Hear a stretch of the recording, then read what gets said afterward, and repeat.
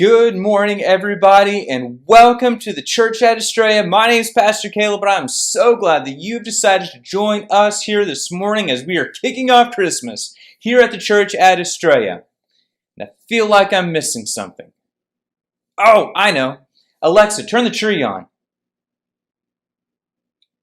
There it is. Now we can kick off Christmas. Well, listen, guys, we are so glad that you are here. We're going to have a lot of fun this morning. Hopefully, if you have kids, you tuned in to our TCE Kids and Kids Junior. We always have a lot of fun there. You can catch that from 9:30 to 10. If you have kids anywhere from about 2 years old to really about 11 or 12, they will love it. So they will not want to miss that Kids Junior from 9:30 to 10 o'clock. You can find information about that on our main Facebook page. But right now, here's what I need you to do. I need you to pull out your cell phones. I know you have it close. I know you do. Don't lie to me. All right. And here's what I need you to do. I next need you to text TCE Live. That's TCE LIVE to 97,000. And that's going to let us know that you are here this morning. And it's going to let us do something else as well. Okay. So once you text that in, TCE Live to 97,000, we'll text you back. We'll say, hey, listen, how can I pray for you? We're so glad you're here. So then don't put your phones away, okay? What I need you to do is then text us a prayer request. It could be something big. It could be something small. It could be a praise. Like, hey, listen, it's almost the end of 2020. That's a huge praise, right? It could be, listen, I'm so glad that my kids are like back in school or something or whatever it is. Just text us a praise, text us a prayer request, and we will look at that. We pray for those every single week. Myself, Pastor Charles, one or two other trusted staff members. Okay, it doesn't leave that circle, but we do pray for those by name every single week. It's one of the best parts of the week for us because it's another way that we can connect with you, make sure that you're doing okay. So text TCE Live to 97,000 right now. And before we get any farther, it's time for some worship. Courtney and the TCE worship band have got some amazing worship that they have cooked up for you. Oh, let me tell you, it's going to be awesome. I'm so excited. So listen, without any further ado, let's get into some God-honoring worship with the TCE worship band as you're texting TCE Live to 97,000. Let's go.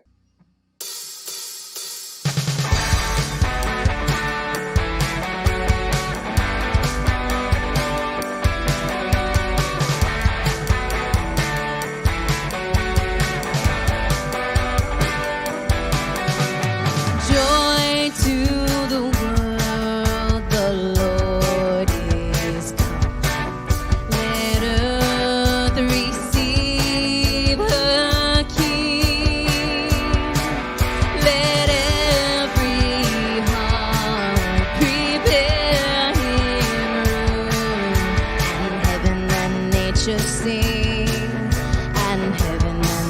to sing and heaven and nature sing.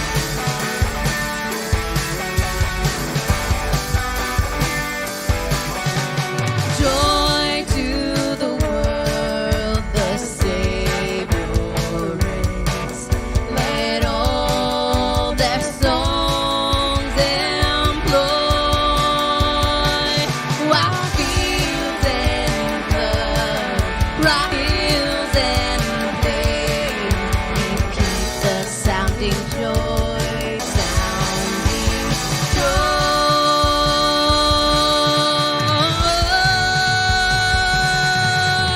and joy, unspeakable joy, and overflowing well, no tongue can tell. And joy, unspeakable joy, it rises in my soul, never lets me go. He rules the world with truth and grace, and makes the nations prove the glories of His righteousness, and wonders of His love, and wonders of His love, and wonders of His love, and joy, unspeakable joy, and overflowing well, no tongue can tell. And joy, unspeakable joy, it rises in my soul, never lets me go.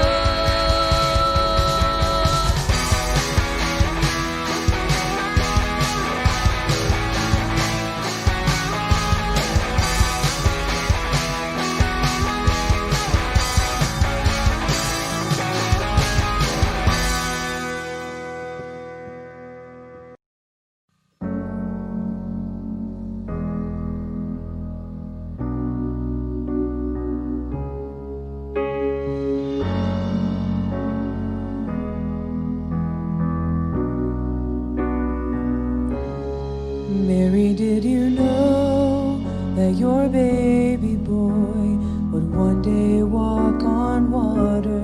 Mary, did you know that your baby boy would save our sons and daughters? Did you know that your baby boy has come to make you new? This child that you delivered will soon deliver you.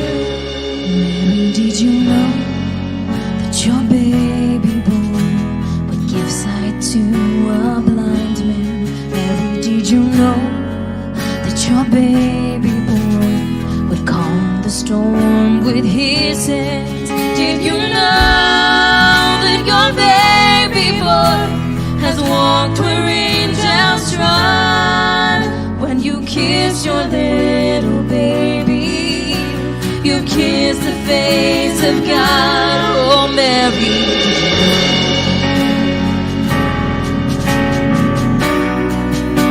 oh, Mary, did you know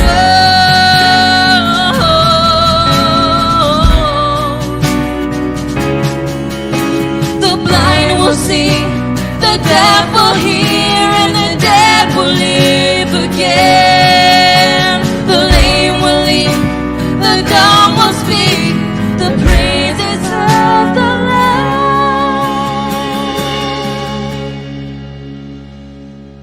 Mary, did you know that your baby boy is Lord of all creation? Mary, did you know that your baby boy would one day rule the nations? Did you know that your baby boy is heaven's perfect Lamb?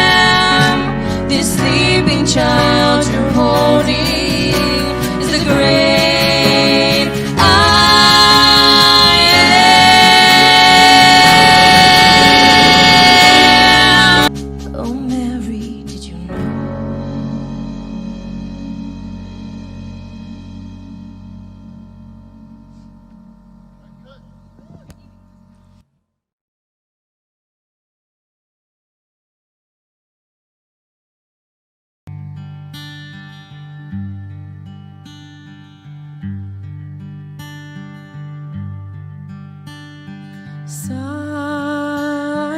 night, holy night, all is calm, all is bright round yon virgin mother and child, holy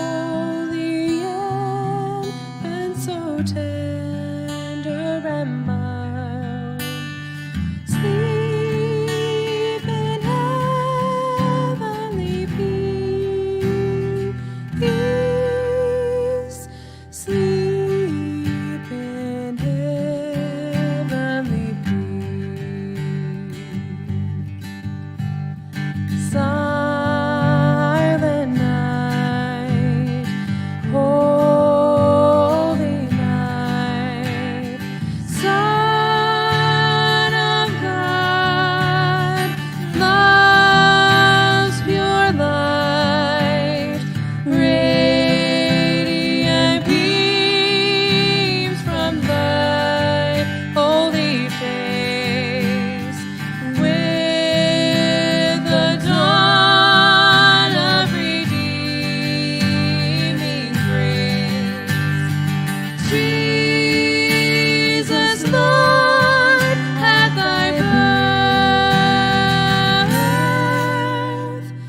Jesus, Lord, at thy birth.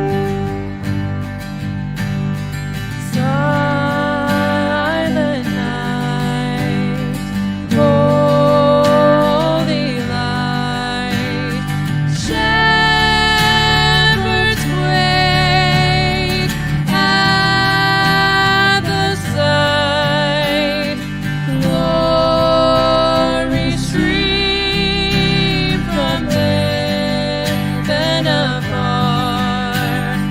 Heavenly hosts sing Alleluia. Christ the Savior is born. Christ the Savior is born.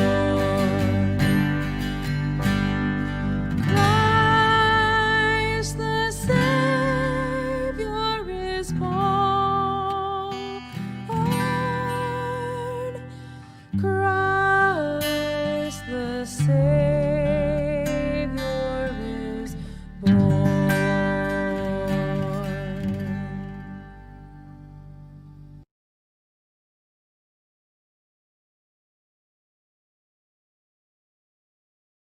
That was so good, worship band. You could even say that that was lit.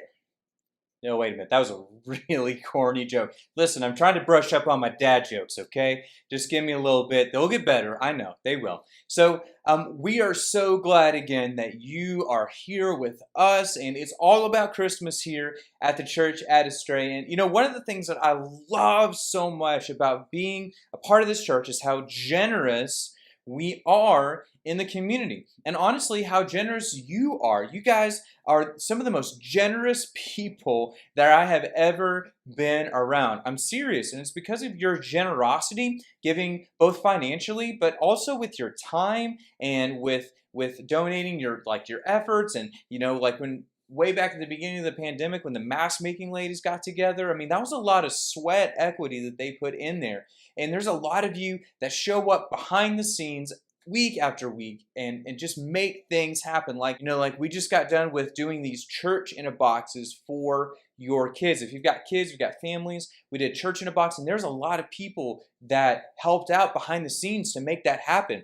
By the way, if you have not grabbed one of our TCE church in a boxes, you need to do that right now. We still have some left. So listen, our TCE Christmas church in a box, we still have some. So head over to our website in our Church Center app and grab one for your kids. There's tons of Christmas crafts and other activities in there that are going to be so much fun. You do not want to miss out. So again, if you haven't grabbed one of our TCE church in a box Christmas editions, go ahead, grab those now. You don't want to miss it. It's going to be awesome. You guys are so generous. Again, not only with your money, but also with your time. So if you want to get in on that generosity and start giving to the church with your time, maybe using your talents, well, hey, listen, reach out to us. You can email myself, Caleb, at Estrella.church. You can email Charles at Estrella.church. You could email admin at Estrella.church. Any of those, you can call us, you can text us,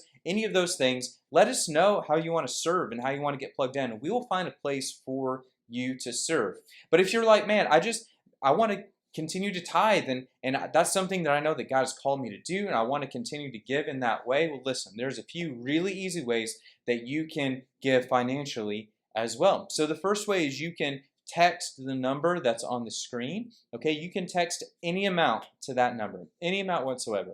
Super simple, it's easy. Okay, you can also go to our Church Center app. Okay, so if you go to the App Store and you type in Church Center, it'll pop up with this little icon, and then you just find church.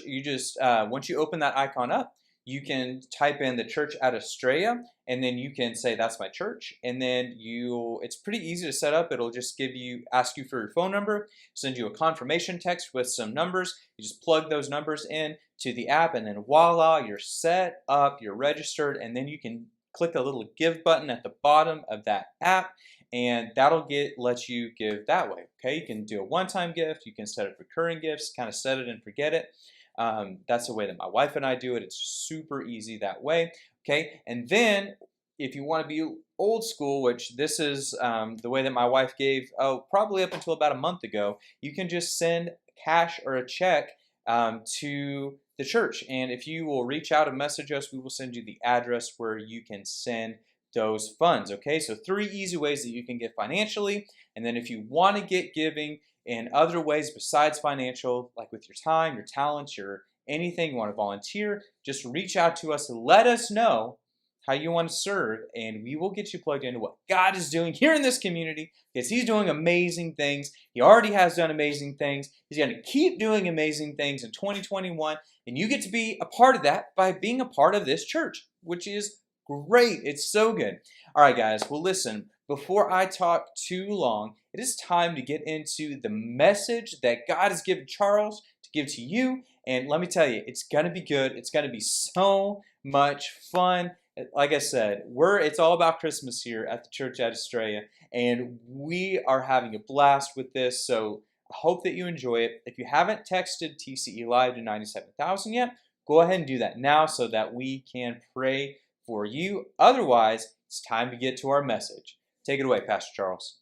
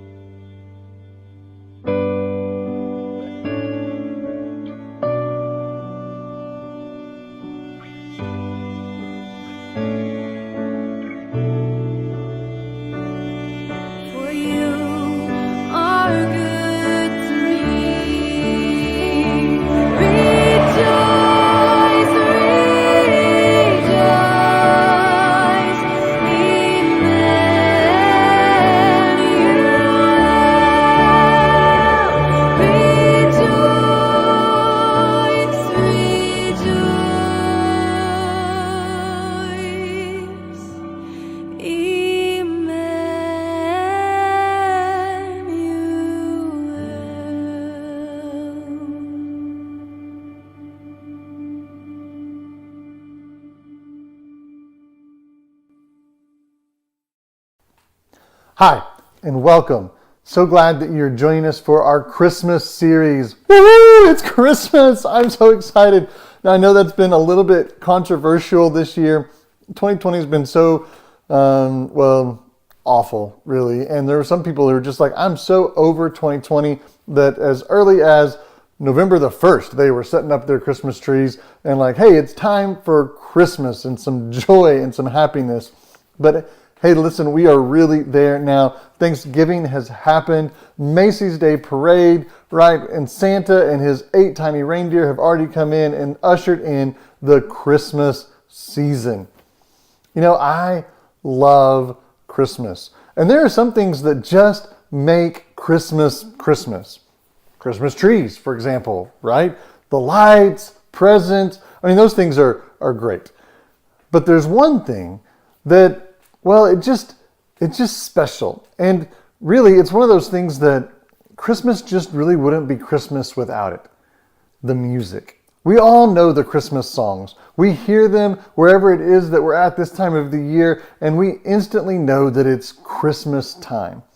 And let's be honest, those songs, there's something special about them, something borderline magical about them, because they just seem to embody this joy and peace and hope and love of the season of Christmas.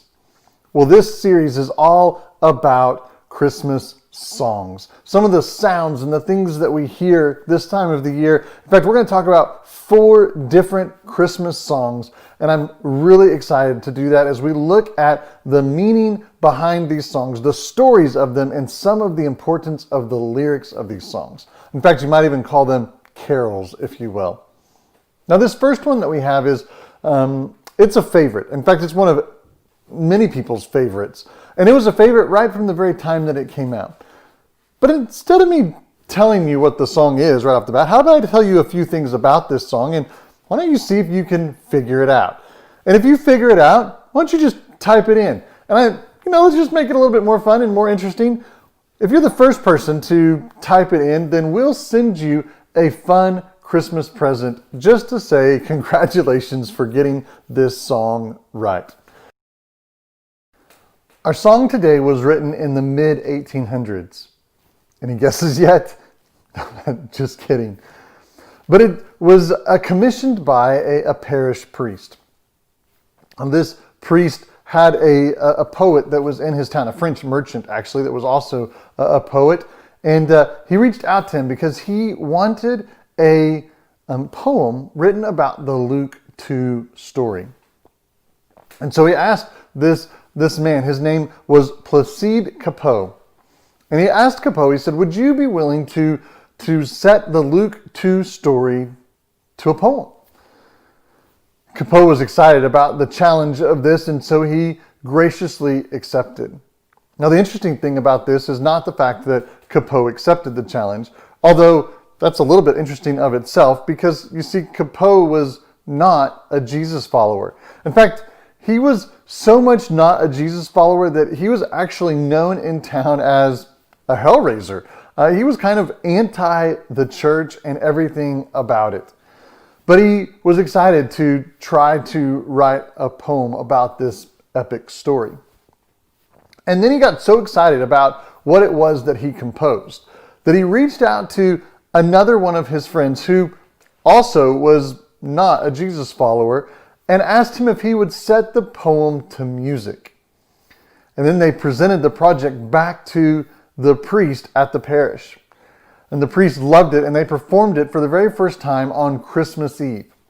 It wasn't long after that this poem/song was a part of every church in the surrounding area. In fact, over the next couple of years, it grew in popularity and was almost as popular then as it is now. And then the Catholic Church found out who the composer and who the original lyricist was, and they tried to shut the song down. They were like, no more, can't have it anymore. Those two guys they're not followers of Jesus at all, and so we can't use this song. But it was too late because the song had too much popularity. Here's another interesting fact or story, if you will, about this song. Nearly 5 decades later, on Christmas Eve of 1906, a Canadian professor by the name of Reginald Fissenden did what most people thought was never possible. He walked into his garage and he hooked up a homemade generator and he plugged in a microphone. And into that microphone, he began to read the words of Luke chapter 2, verse 1. It says this: "In those days, Caesar Augustus issued a decree that a census should be taken of the entire Roman world." And he continued to read the rest of the Christmas story. It's what's now known as the very first AM broadcast. It's the first things that ever went out on a radio frequency for all people to be able to hear.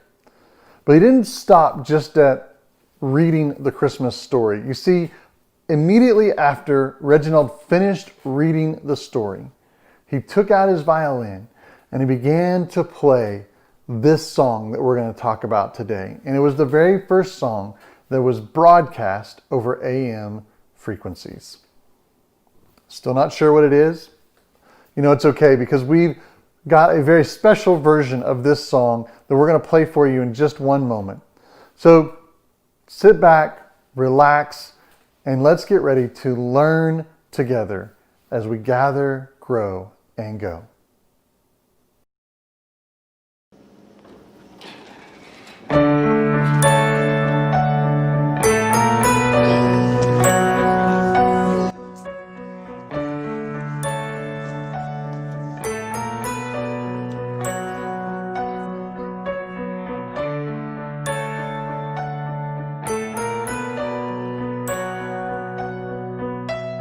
Oh, holy night, the stars are brightly shining. It is the night of our dear Savior's birth. Long live the world, and sin and terror pining, till he appeared and the soul felt its worth. A thrill of home, the weary world rejoices, for yonder breaks a new and glorious morn. Fall on your knees, oh, hear the angel voices, oh, night divine, oh, night when Christ was born.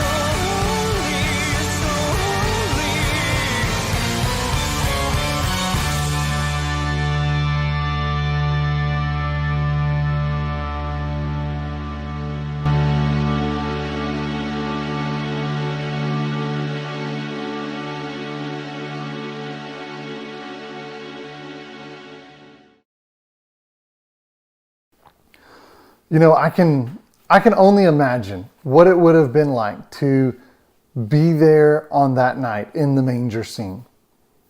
You know, the manger scene has a lot of emotions, at least for me, tied up in it. Maybe it's because as a kid, my mom had a white Avon porcelain nativity scene that it set up on the mantle every year at our house.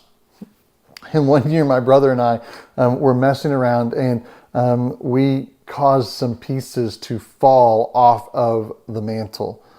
I mean, who knew that a porcelain angel can't fly? But he does make really good angel dust afterwards. At least that's all that was left of him, and a few other items.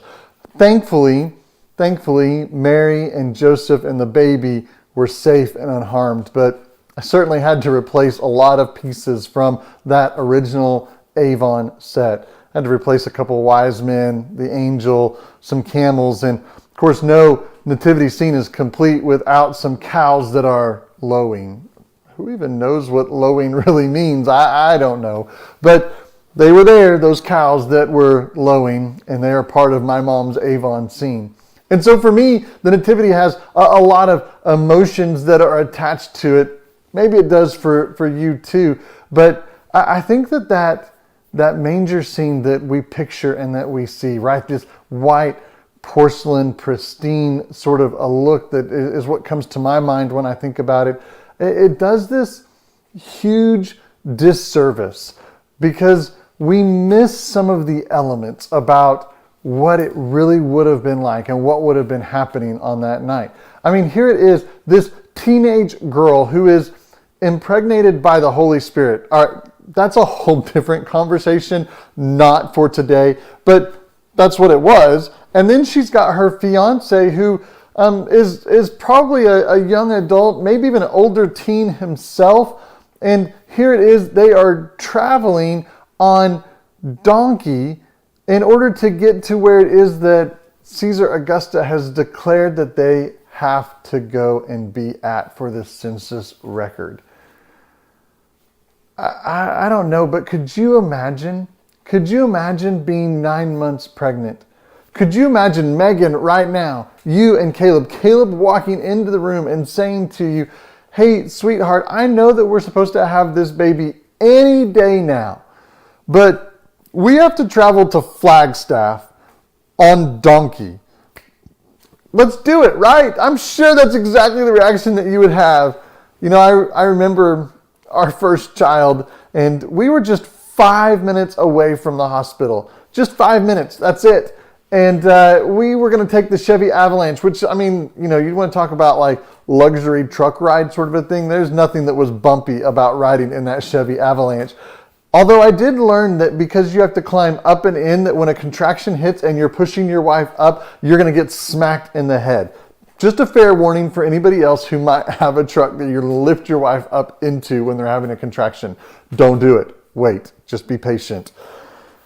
Anyway, so we were just 5 minutes away, and we got the elevator speech when we got there to the hospital. Any of you ever gotten the elevator speech before? Well, it goes something like this. Don't have the baby in the elevator. That's what they say to you as they're there. Like, whatever you do, don't have the baby in the elevator. They're clicking the buttons as quick as they can. Don't have the baby in the elevator. And then up the floors we went. Well, obviously my daughter came out. She was great, and everything worked out fine.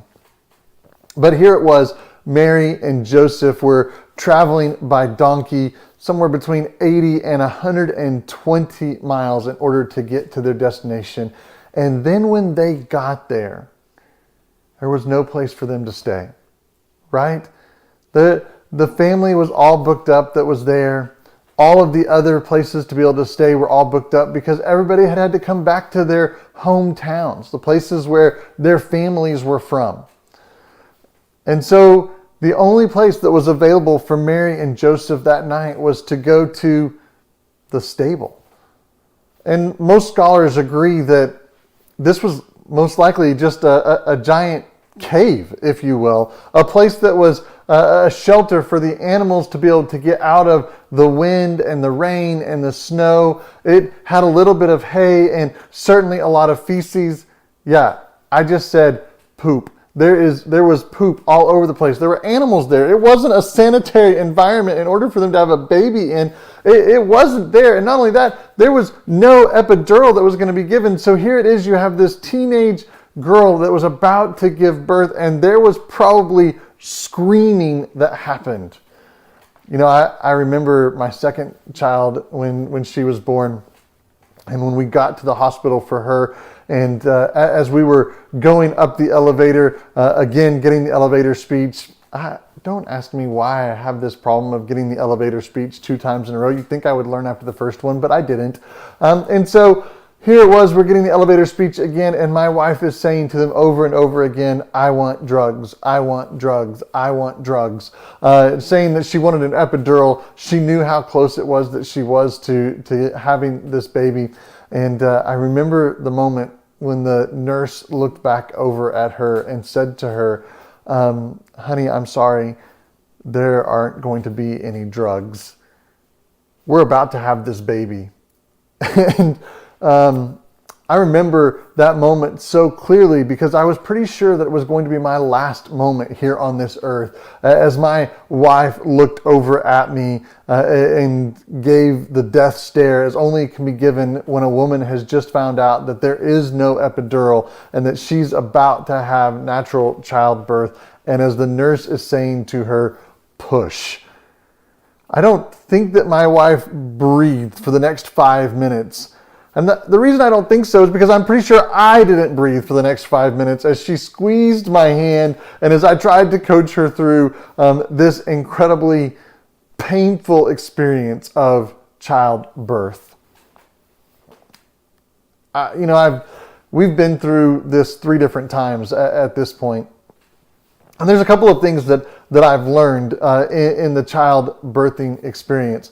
The first thing that I've learned is that I'm a total zero in this moment. I don't know what it is that happens, but it doesn't matter which story you want to go to, whether it's our first child, our second child, or our third child. There is some boneheaded thing that I do in the midst of this moment. I don't know if it's just that logic and reason leaves the building when a child is about to be born. I don't know what it is, but needless to say, doesn't matter who tells you the story, whether it's me or whether it's my wife, at the end of the day, I am a zero inside of these stories. Here's the second thing that I know. Stephanie is an incredible hero in all of these stories, right? I mean, from the moment of, hey, you had to go through childbirth with no epidural whatsoever. Oh my goodness. Can't even begin to describe how much of an amazing heroine she was for all of that. But to things that you always wish that you would say to people, these are the sorts of things that she has in this moment. For example, on one of them, they asked her to pee in a cup as she was going through intense contractions, and she looked over at the nurse and she said, you pee in a cup. I'll do that after we have this baby. We're getting this baby out of here right now. Boom! Mic drop, right? That's what everybody always wants to be able to say and that sort of thing. So I'm telling you that the 2 things that I've learned is, number 1, I'm a zero, and number 2, Stephanie is the hero of the story and all of those. But here's what happens in the midst of this scene of the nativity is that we have so completely whitewashed some of the things that happened there, and we forget that it's real humans that are there. And Joseph was probably just as boneheaded as I am, but definitely Mary was an incredible hero in this moment. But she was probably screaming out loud, and it wasn't anywhere near clean or sanitary. It was gross and disgusting. So here it was, the night of Jesus's birth. I mean, it was chaos. It's screaming, it's panic, and all of this is going on inside of this little cave as Mary is giving birth to the Son of God. Now in this song, O Holy Night, there's a phrase that I really want to zero in on. That's really kind of what we're going to do in this entire series, right? Now I'm going to pick out some phrases, and they may seem a little bit unlikely to you, but I really believe that every time that you hear this song and that you worship through this song again, that these are going to just jump out to you, and you're going to remember the holy moments that we're going to talk about over the next couple of weeks. So, here's the phrase that I want to look at today. The song says, "A thrill of hope, the weary world rejoices." Could all you just say 2020? Right? I feel like this song might be talking about 2020. A weary world, right? If there are two words that accurately describe our world today, I would definitely say that it's a weary world. Wouldn't you agree? I mean, it's just overwhelming. There's so much anxiety. Everything that's going on in the economy and politics and the divisions that exist, relationships are all messed up, families are struggling, and then on top of all of that, there's COVID, right? It's almost like we're fighting to stay above the water. And I think just so many people relate to the words today, a weary world. But you know what I love is that the song says that there's a thrill of hope. Can you imagine in the chaos of this holy night, a thrill of hope that maybe, just maybe, and those who were putting their faith in God for centuries had hoped that one day the Messiah would be born. And on that day, everything would be different forever and ever. Can you hear that kind of faith? That's a thrill of hope. And suddenly the weary world does what? The weary world rejoices. You know, I pray that, God, that if there's any weary world in you, that you'll experience a thrill of hope this year inside of your weary world, and you will find the faith that you need to rejoice. Why? Here's the next line of the song. For yonder breaks a new and glorious morn. You see, even in the chaos of this night, there is a new and glorious morning. And every time, as you move forward, I want you not to just think about that holy night, but I want you to think about what happens the next day when the sun comes up. The Savior has been born. And on the new and glorious morn, everything is different because it's a day with Christ. And a day with Christ can change everything. Everything. In fact, let's just zoom in for a moment. Let's focus in on what this new and glorious morning is like. Here's what I want to do. I want to take you back to the Old Testament. I'm going to take you to the book of Lamentations. I know probably not the first Christmas chapter and book that you would think about, but the book of Lamentations. Now here's the context. The year is 586 BC. Jerusalem has just fallen, and the people, they're as distraught as you could possibly imagine. It was their 2020. And here it was, the prophet Jeremiah. He was lamenting, hence the name of the book. And he was whining, he was hurting along with everybody else, and he just pours his heart out, full of hurt inside of this text. And then in chapter 3, we see this switch, where he moves from mourning to a moment of, well, I think the best way to describe it is a moment of faith. I love what he says. Read with me in chapter 3, verse 20. It says this. And I will remember them, and my soul is downcast within me. So in other words, Jeremiah is not just putting his fingers in his ears, closing his eyes, burying his head in the sand. No, I don't know what's going on. No, instead, here's what he's doing. He's acknowledging that there's some sort of significant life-altering difficulties. They're surrounding him. But check out what happens in verse 21. He goes on and he says, Yet I will call to mind. And therefore, in other words, I'm going to have something because I call this to mind. Therefore, I have hope. I love this. He says, I'm going to call it to mind. I know that it's there. It's not really here at the front of my mind. You know, it's kind of like somewhere way back here. It's like on the tip of my tongue. I just can't quite get it out. But I'm going to call it up to the front of my mind. And I'm going to remember this truth. And I'm going to remember this truth so that I will have hope when nobody else does, because I know that this thing is true. I'm going to call it to mind, and it's going to give me hope. And here's what it is. He says, because of the Lord's great love, we are not consumed. His compassions never fail. And don't miss what he says next about God's compassion. He says that they are new every morning.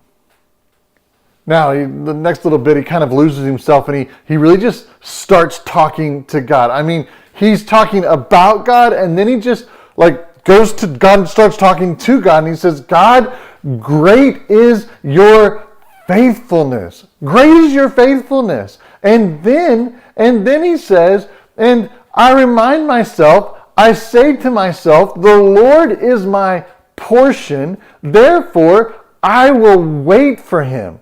The Lord is good to those whose hope is in him. To the one who seeks him, it is good to wait quietly for the salvation of the Lord. It's amazing what a new day with Christ can bring.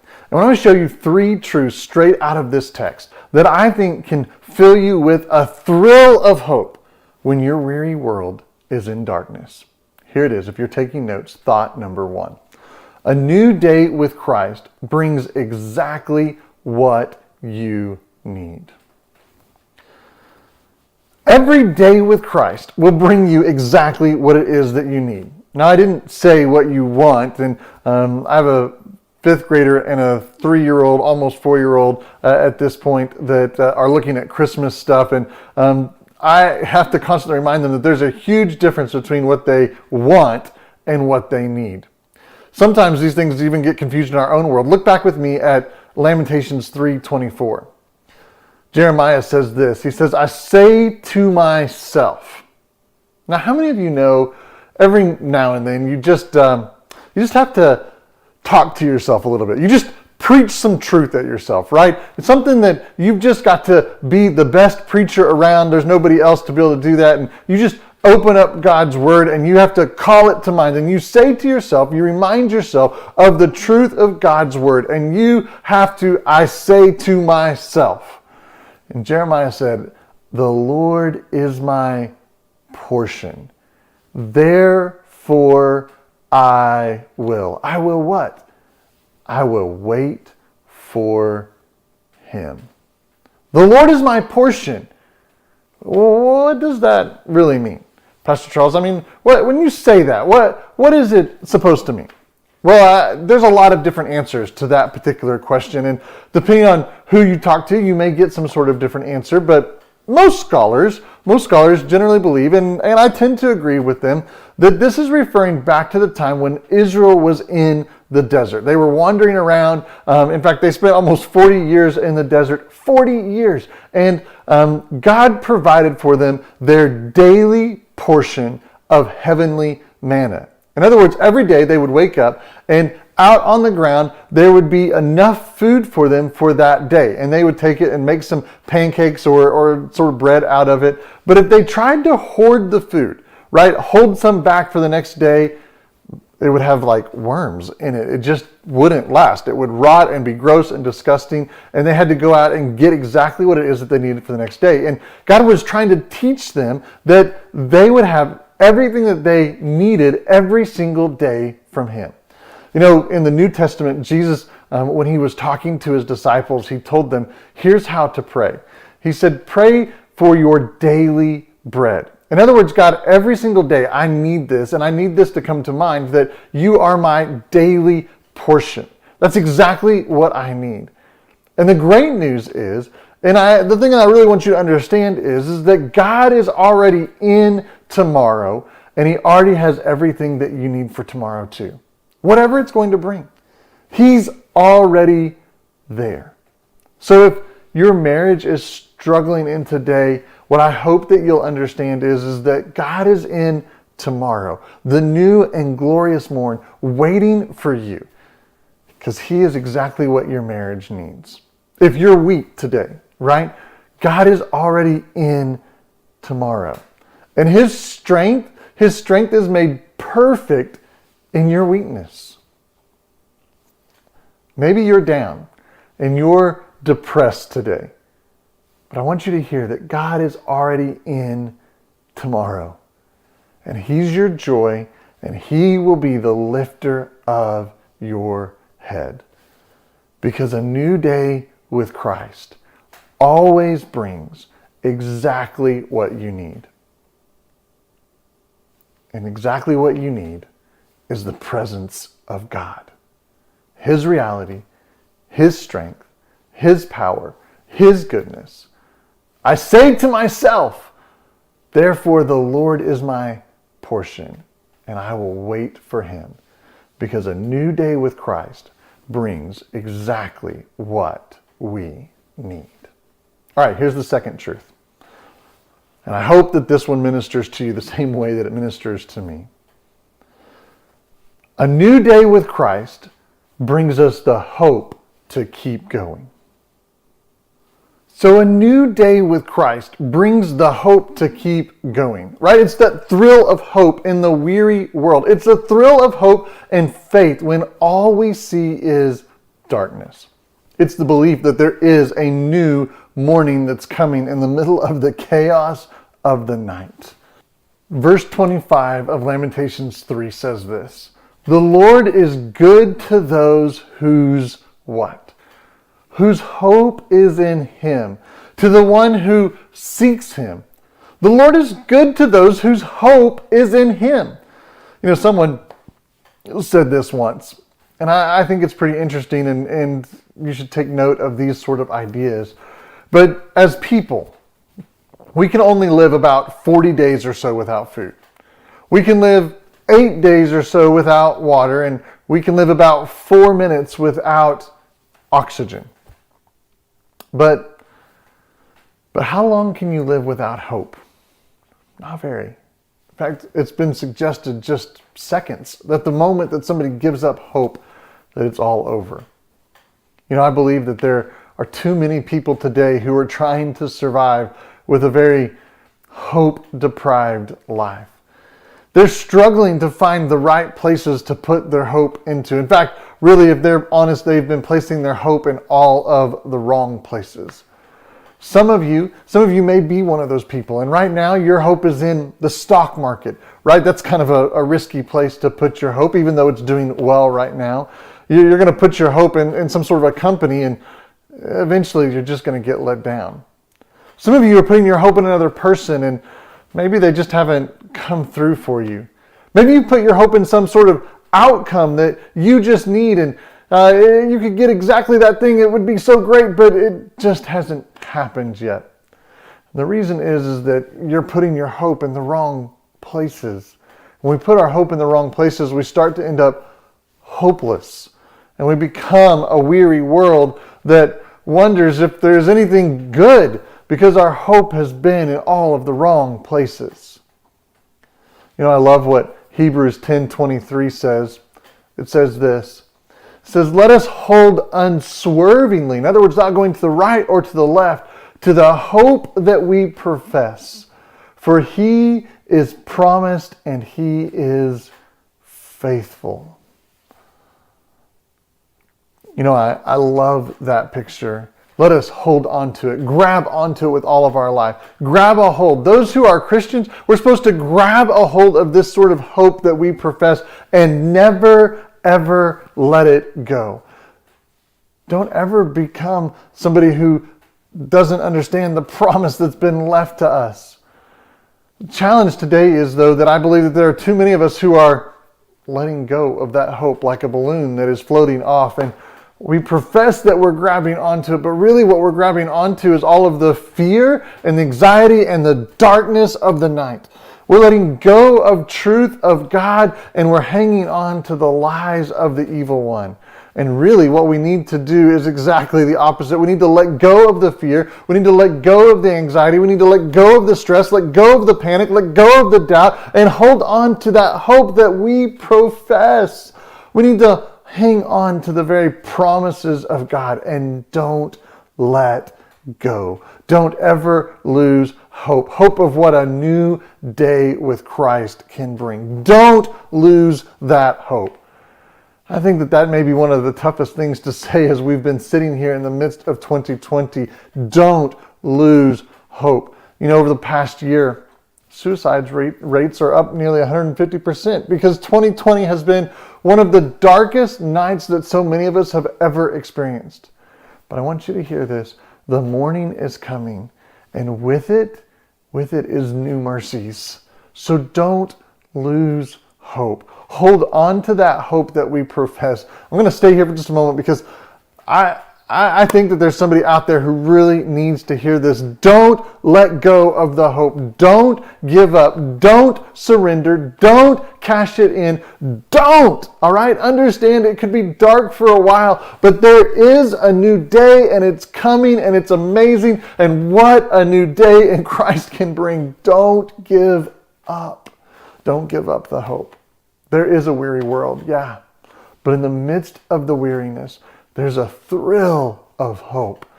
And because of that, the weary world can rejoice. There's a new day that's coming. I'm telling you, a day with Christ can change everything. Oh, if I could just give you anything or say anything to someone that is struggling in this area right now is don't lose hope. Hang on until the morning because a new day with Jesus is coming. And it changes everything. All right. Hopefully you got that. Here's the third thing I want you to see. A new day with Christ, it brings the help that you're seeking. A new day with Christ, it brings the help that you're seeking. Look at verse 26. It says this. It says it is good to wait. I don't know about you. I'm not a very patient person, right? I like to call ahead to restaurants, usually as I'm driving there, so that I can just try to avoid the wait. I check in online to my haircut place so I can avoid the wait. In fact, I get mad at the doctor's office, right? Because they make you have to do what? Wait. In fact, one time we got turned away after driving nearly an hour to a doctor's office and we were 15 minutes late and the office turned us away because we were late. And I was like, really? Really? I guarantee you if I'd have walked in those doors, I was going to sit and wait for an hour or more inside on you guys. I was so mad. But sometimes you just have to wait quietly. And what did Jeremiah say that we're waiting for? He says sometimes you have to wait quietly for the salvation of the Lord. The what? What in the world is the salvation of the Lord? Well, there's some great stories in the Gospels where we get the life and the stories of Jesus. And this story is about Jesus' best friend, Lazarus. And Lazarus had died. And when Jesus got there, Lazarus had been dead for 4 days. He was so dead that he was smelling bad. In the King James Version, it may have the best description of this. It said, he stinketh, right? And you know that you're dead when you stinketh in the King James Version. 4 days. Everybody had given up hope. And Jesus shows up. He looks at the stone that was covering up the grave, and he says, roll that away. And when they did, then he screams out, he yells into it, and he says, Lazarus, get up, come over here. And Lazarus, I want to tell you, he does exactly that. He comes out of the cave. And that's the difference that one day with Jesus Christ can make. That's the hope. Let me tell you another story. There was a woman. She was suffering for 12 years with an issue of blood. For 12 years. Can you imagine something, the pain, the embarrassment, the humiliation, the torture, even the private suffering of her soul for 12 whole years, every day hoping that this would be the day. Maybe I'll be okay this day, but oh my goodness, I'm still stuck with this. 12 years of agony. And one day she sees Jesus and she reaches out and she touches the hem of his garment. And all of a sudden, she's healed. She'll tell you that the difference that one day with Jesus would make, it made a ton in her own life. How about this one? One man for 38 years, he was born unable to walk, and he was sitting next to the pool of Bethsaida, hoping that one day that the pool would be stirred and that he could stick a toe in there or something and be healed. And Jesus comes up to him, and Jesus looked at him and he said, "Pick up your mat and walk." And after 38 years of being unable to do this, this man gets up and walks. You know what he would tell you? He would tell you it's amazing the difference that one day with Jesus will make. Jesus saved these people from their circumstances. And some of you that are watching right now, you have some circumstances that are in your life. Some of you are sick in your bodies. Maybe someone that you love is sick in their body. And I'm telling you that we serve a God that is able, he is capable of healing. And whether he heals or he doesn't heal the way that we think he should, in the presence of God and his goodness, it is still amazing the difference that one day in Jesus can make. Now, some of you, you need to hear this. You're in the weary world right now. And I want you to be told, I'm going to tell you that there is a thrill of hope that will make your weary world rejoice. That's the new and glorious morning that is coming. And you may be looking at your marriage right now, and you may think, this could never be what it should be. I'm telling you that it's amazing the difference that one day with Jesus Christ can make. Some of you right now are in the middle of the night. Maybe not physically, but spiritually. You're separated from God. You're separated from his light and his warmth and his love, and there is screaming. There's no epidural for you. The baby is coming. The pain is there. The cows are lowing. I don't know what that means. It just sounded good right there. But at the end of the day, what we both understand is that it's not fun. And all of a sudden, in the middle of this weary world and the darkness of the night, you can be reminded. In fact, I am reminding you right now, and you can begin to call this to your mind, that because Jesus was born, you can. And you are able to have hope in the middle of the night. Just because Jesus is here. You have hope in the middle of the night because of Jesus. Because there is a new day with Jesus Christ. I'm telling you, it brings exactly what you need. It may not be what you want, but it's always exactly what you need. And a new day with Christ, it gives you the hope to keep on going. And a new day with Christ can bring you the help that you are seeking. Romans 13, 11, and 12. For some of you, this is going to become your new favorite verse. I know that it really resonated with me this week. It says this. It says, "The hour has come for you to wake up from your slumber, because our salvation is nearer now than when we first believed. The night is nearly over, and the day is almost here." So the night is nearly over, and the day is almost here. The night is almost over, and the day is almost here. The night is nearly over, and the day is almost here, because the darkness is about to be defeated. It has been defeated because of the Son of God who came into this earth to bring light. He is the new and glorious morning. And you are nearer to your salvation, to being saved today, than you were a day before. Now, for some of you, that sort of salvation is for your souls. It's not just a matter of circumstances, but it's a soul issue. Because for some of you, you are in the middle of the darkness. And you don't have a relationship with the Son of God.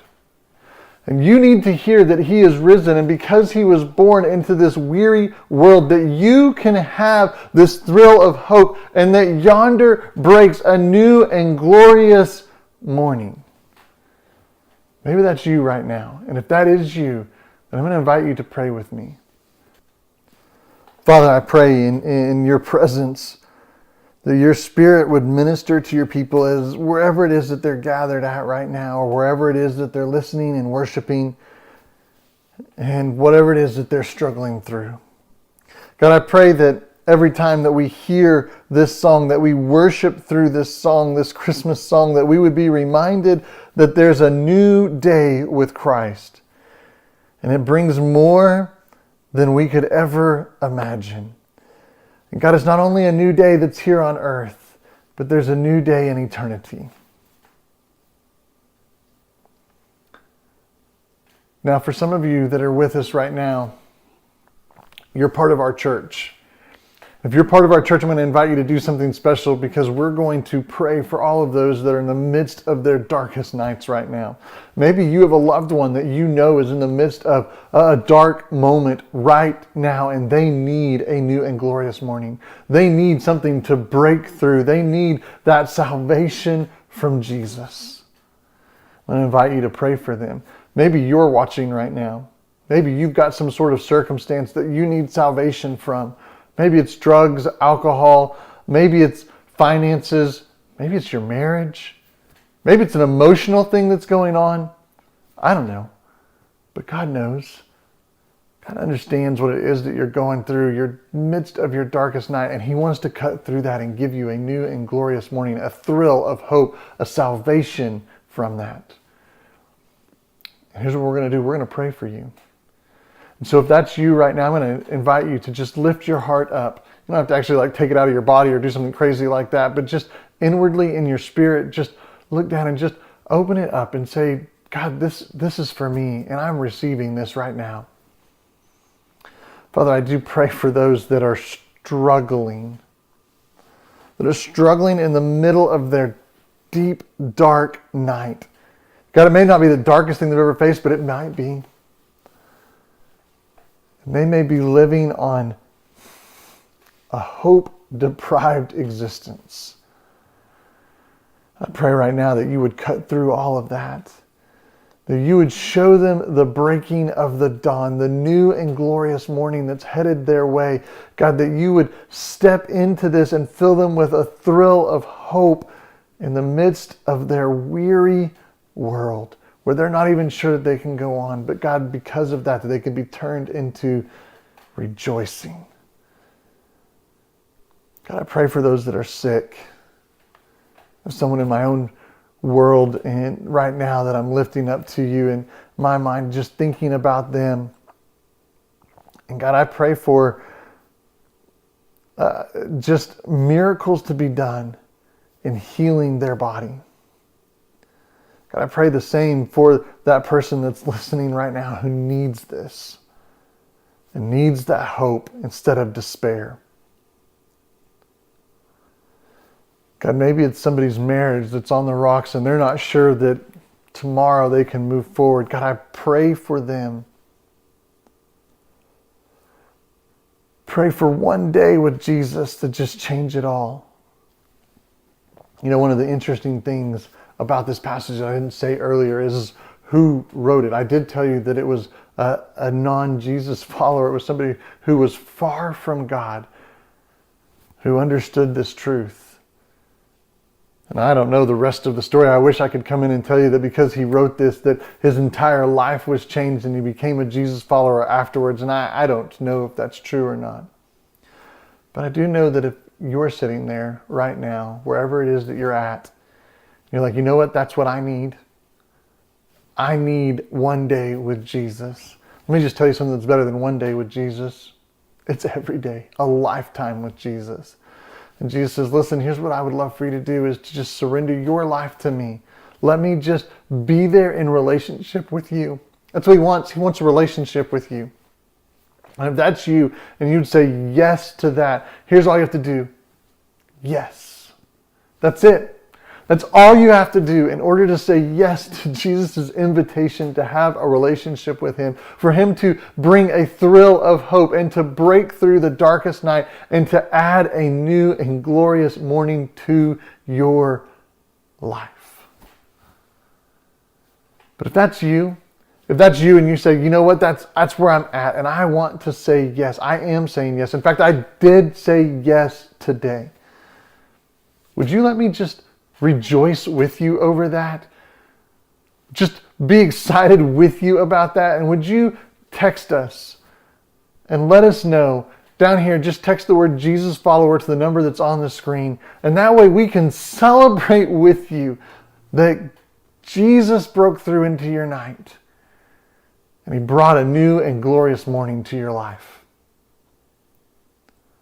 I know that he's changing lives. We hear the stories all the time, and you can be one of those too. Father, I thank you that right now, in this moment, there are people who are saying yes to you. God, may we just rejoice in a church over that and continue to be committed to seeing new and glorious mornings in people's lives. We give you all of the honor and the praise. In your name, amen. Well, how fun was that? That's so good, and I love the idea of taking Christmas carols and figuring out what the true meaning of them are, and then the message from God's Word, the how we can apply that to our lives. It's so good. It's going to be such a fun series. I'm pumped to hear the rest of them. Well, guys, listen, that's about all the time that we have, but I want to just remind you of a couple of things. If you don't have the Church Center app, you need to get in that. And that's a way you can give. That's a way you can get connected with groups. You can watch previous messages on there. You could even watch the series live, like whatever message series we're on Sunday mornings. You can watch it live through the app.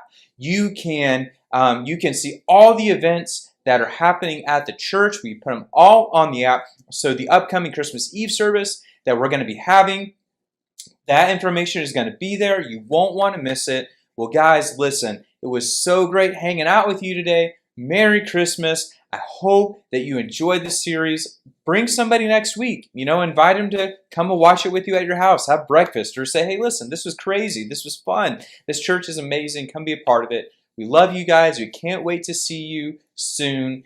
But until next time, my name is Pastor Caleb. We'll talk to you soon.